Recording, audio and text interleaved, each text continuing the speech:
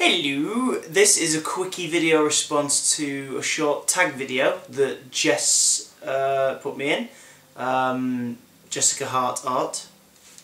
Check her out. Jingleheartart even. Check her out. So yeah, I'm just going to answer a few questions in response. What do I like about myself? Not very much, but other people seem to like things, which is good, so I keep them up.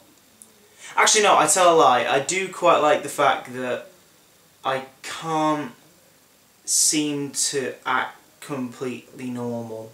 Anyone who knows me personally, anyone who wants to work with me or like grew up with me or whatever, knows that I just can't act normal. I've tried as well, because I'm sure it's annoying for some people.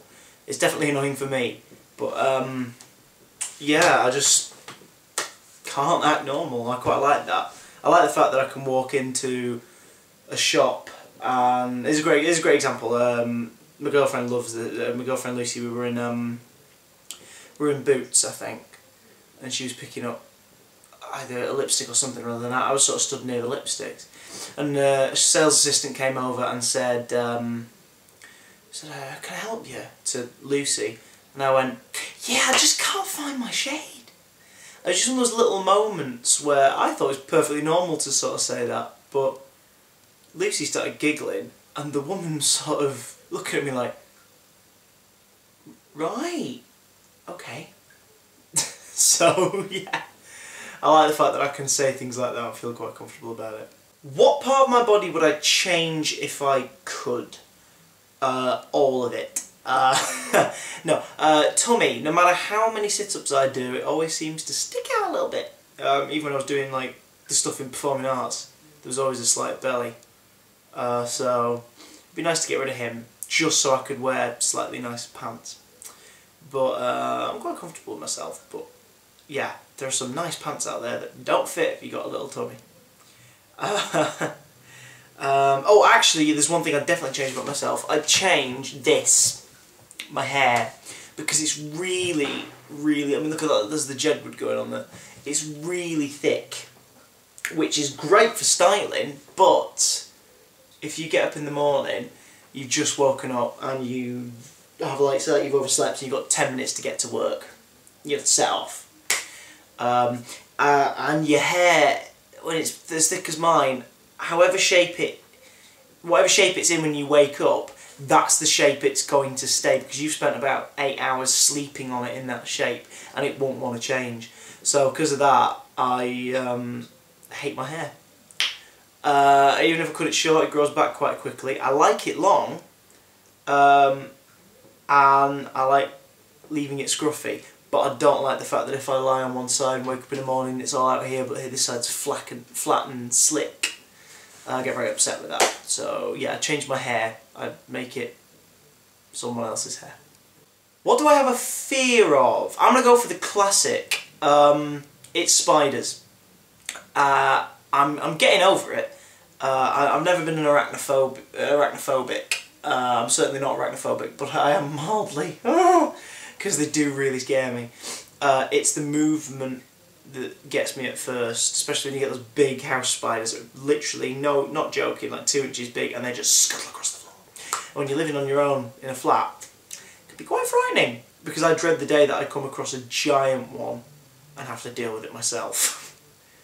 I probably wouldn't be as scared of them if it wasn't for the fact that when I was younger, I used to watch a lot of documentaries because I love animals, and I used to find animal documentaries fascinating as a kid. And there was one on insects, arachnids, and sort of smaller creatures and bugs and small reptiles. And I watched this. I remember vividly. I was about 7. And I watched it and thought, "Oh, this is great." And then they did a bit on spiders, and I thought spiders were quite cool. I wasn't happy with them particularly, but you know, it was quite cool. I was happy. Even as a 7-year-old, I appreciated the fact that they keep your house clear of flies. So you know, shows how clever I was. Don't know what happened.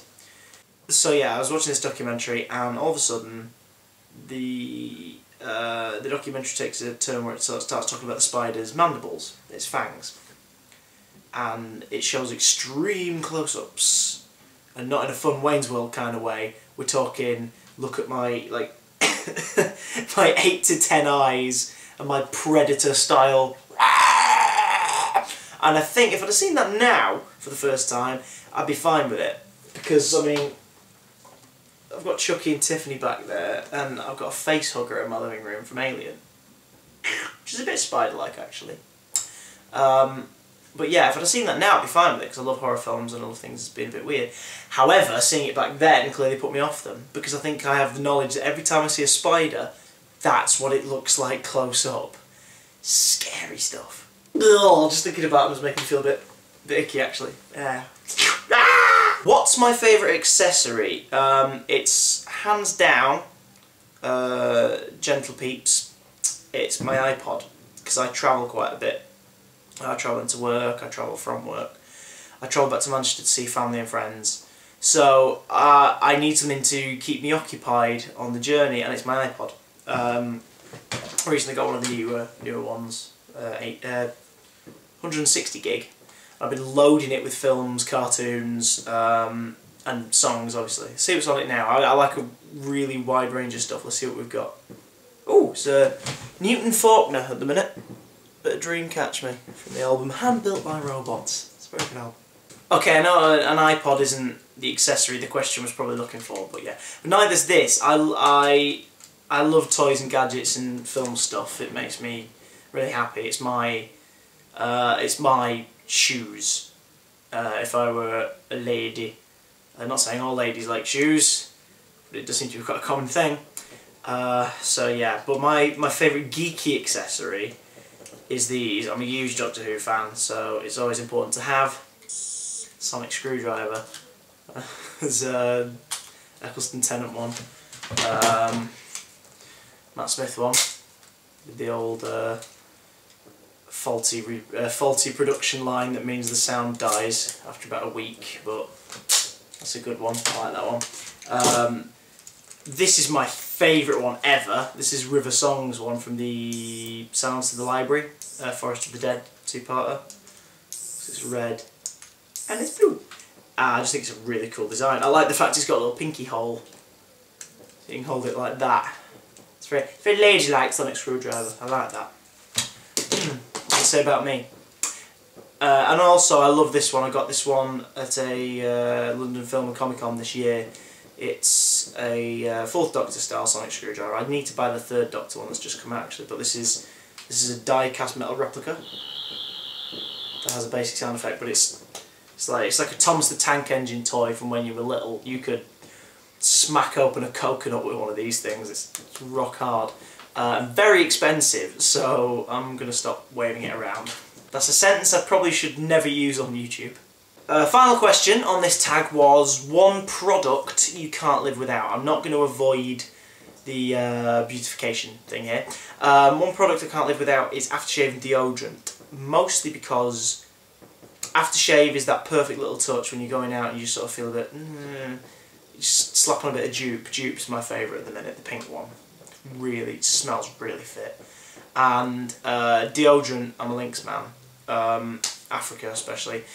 Mostly because it makes you smell nice, gives you a bit of confidence, and when you're really, really hot, like a summer's day, or you just like, especially if you do performance and stuff, and you're really boiling, it's great to just sort of nip it in the dressing room, or when you get back to your house or whatever, and just sort of go, oh, because it's so cool and refreshing, it's great. So yeah. Thanks Jess, hope I answered all your questions. I'm not going to tag this video on just yet as it's my first tag response, so you know, and I'm quite busy. You guys have still got to guess what's under my hat, so keep sending your responses. I'll catch you all later, peoples. Bye! Oh. That was an awful goodbye. I'll say goodbye in the style of Stewie Griffin.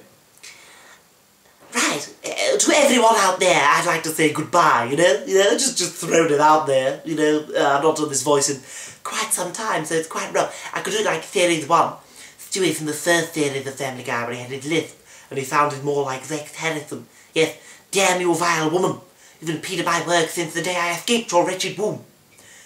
And then later on, he just throws his voice all over the place, you know. It's just like two dudes hanging out, but nothing more to it. I'm not going to expand on this quote because this is a family-friendly channel. So, yeah.